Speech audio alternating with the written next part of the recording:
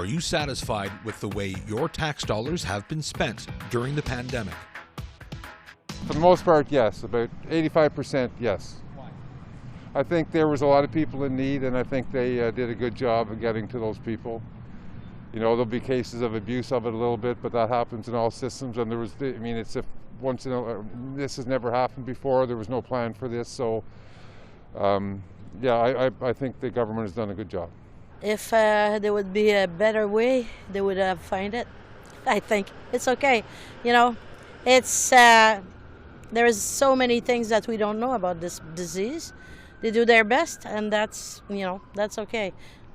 What else can we do? You know, if we have no, you know, they change their policy every time they have new information. So this is what they should do.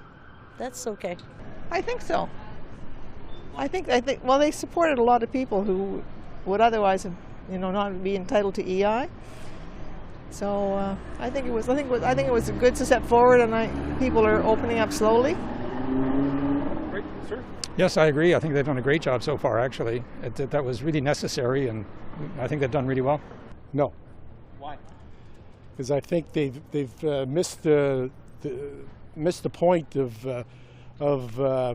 all the money they're spending. Well, especially on the Liberal side, on the federal government side, they're just spending money needlessly when people are out there. And I can understand what they've said about providing them with a salary, but now it's getting to the point where they can't find decent workers to fill in the void where it's needed. Yeah, I think so. Yeah, they've been utilized pretty effectively. I didn't take Serb. I worked through it, so it didn't really make a difference to me. But it was nice to know that people didn't have to worry about that sort of thing when they were out of work. No, not really. Like the programs, there's good ideas there, but they're inflated, and people are getting money paid to them that should not have been getting the money, and people are being double paid, and yeah, programs are just mismanaged. I am actually. I'm a small business owner. As a small business owner, you know, when I look at my books and I see at the support that has been provided by government, it's what's kept us in business. It's what's kept me employing people. So yeah, absolutely.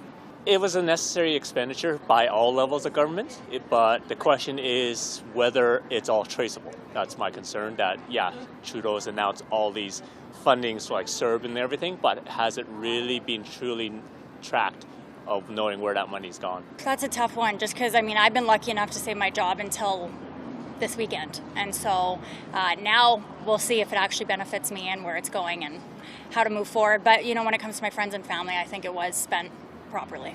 Absolutely not. It's been overspent. There's been more money passed out and no way of telling us how we're going to repay it. Yes, on balance. I'm retired and finished my career. I'm in a comfortable financial position. And worldwide, it's pretty evident that if central governments did not come in heavily, that your country could go through a recession, a deep recession. And it's hard to modulate these things.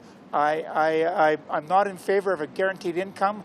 I do have heard anecdotal evidence of people that aren't going back to work for $1,000 a week because they can get $600 a week from Serb, and that's a concern to me. So there comes a point that'll have to be stopped, the program.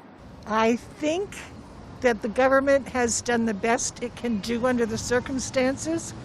I worry that sometimes it's like throwing money at it, but I don't know how we can fault them because I can't do better. There was just a flood of people applying for Serb, and in my view, a lack of oversight about who got what and how that process was monitored. All that spending is cutting out the number of hospitals, the number of doctors, the number of ambulances, people delaying operations and dying. 136 people died from opioid overdoses in BC last month. There hasn't been 136 people die in Ontario from coronavirus in the last 2 months. So, you know, it's the wrong focus, and people are being rewarded for doing things that are totally going to have repercussions in the future. I think so. I think the government has to come forward and help the people. Definitely, I'm fully in support of this.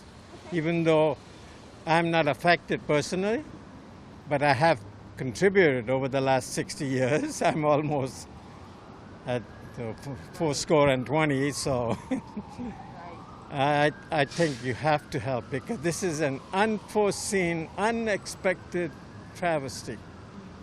Nobody could have predicted this. Somewhat. You're going to look back on this and you're going to find out all the mistakes, but right now it's a brand new thing, right? Never dealt with before, so it's kind of a wait and see thing for me. There's nothing to compare the pandemic with.